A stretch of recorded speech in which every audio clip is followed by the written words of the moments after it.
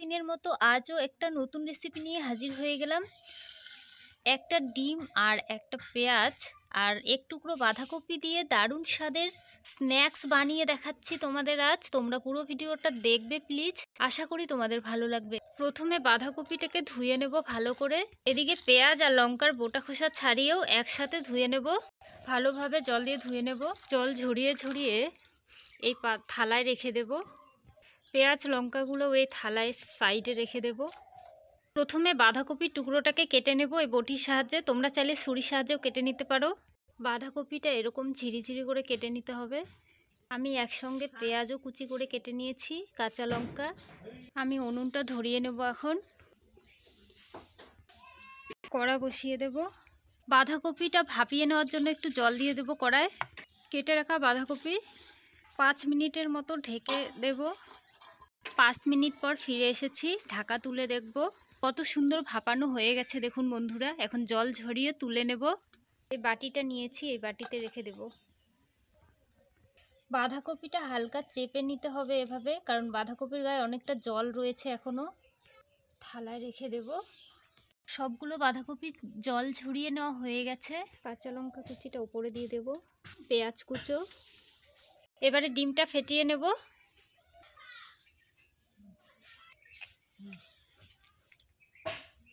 স্বাদ মতো লবণ, হলুদ গুঁড়ো,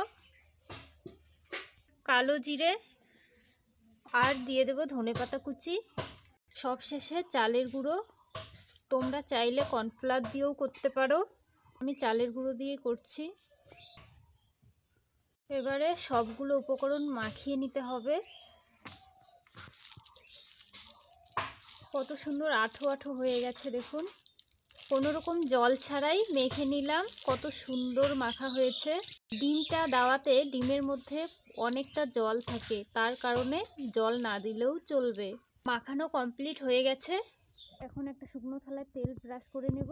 ভালোভাবে মাখিয়ে নিতে হবে এভাবে। পুরো থালা মাখিয়ে নিয়েছি।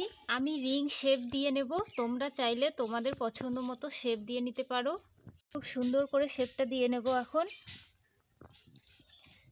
মিডিয়াম রাখবো শেপগুলো। একটা বানানো হয়ে গেছে, এরকমভাবে সবগুলো বানিয়ে নেব। আমার সবগুলো শেপ দিয়ে নেওয়া হয়ে গেছে। উনুন ধরিয়ে কড়া গরম করে নিয়েছি, এবার দিয়ে দেব সর্ষের তেল। শেপগুলো খুন্তির সাহায্যে তুলে নেব।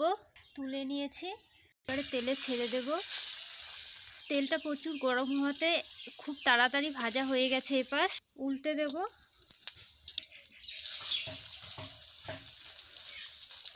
কত সুন্দর ফুলে উঠেছে দেখুন বন্ধুরা।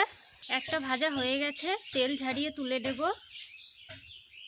এই থালাটা আমি আগে থেকে শুকিয়ে রেখেছিলাম, কারণ শুকনো থালায় রাখতে হবে। এরকমভাবে সবগুলো এখন ভেজে নেব। এবারে অনেকগুলো একসঙ্গে দিয়ে দিয়েছি, খুব সুন্দরভাবে ফ্রাই হচ্ছে। এবারে সবগুলো তেল ঝরিয়ে তুলে নেব।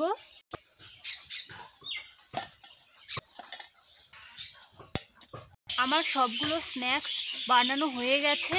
টমেটো কেচাপের সঙ্গে পরিবেশন করব। স্বর্ণলতা রান্নাঘরে স্ন্যাক্স আয়োজন কেমন হয়েছে অবশ্যই কমেন্ট করে জানাবে।